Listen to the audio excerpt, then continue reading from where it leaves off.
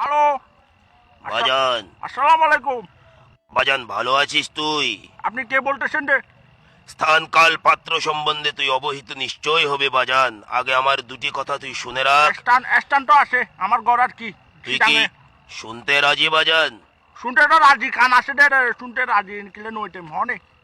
বাজান, তোর সামনে তোর উজ্জ্বল ভবিষ্যতের হাতছানি দেখছি বাজান। উমা, ভাগ্যের দুয়ার খুলে যাবে বাজান, কোনো কিছুর অভাব তোর আর থাকবে না দুয়ার বাজান। খুলবে রে, দুয়ার তো আমি প্রতিদিন আর ওই সকালে ঘুমোতে নুড়ে ফজরের পরে আমি তো প্রতিদিন আমাদের ঘরের দুয়ারিটা কুলি দরজারি। উমা যে বাতাস, সকাল সকাল শীতকালে বাতাস তো আমার যে ঠান্ডা লাগে অবহেলা না করে বাজান, শরীরের ক্যাশ সব দাঁড়া যায়।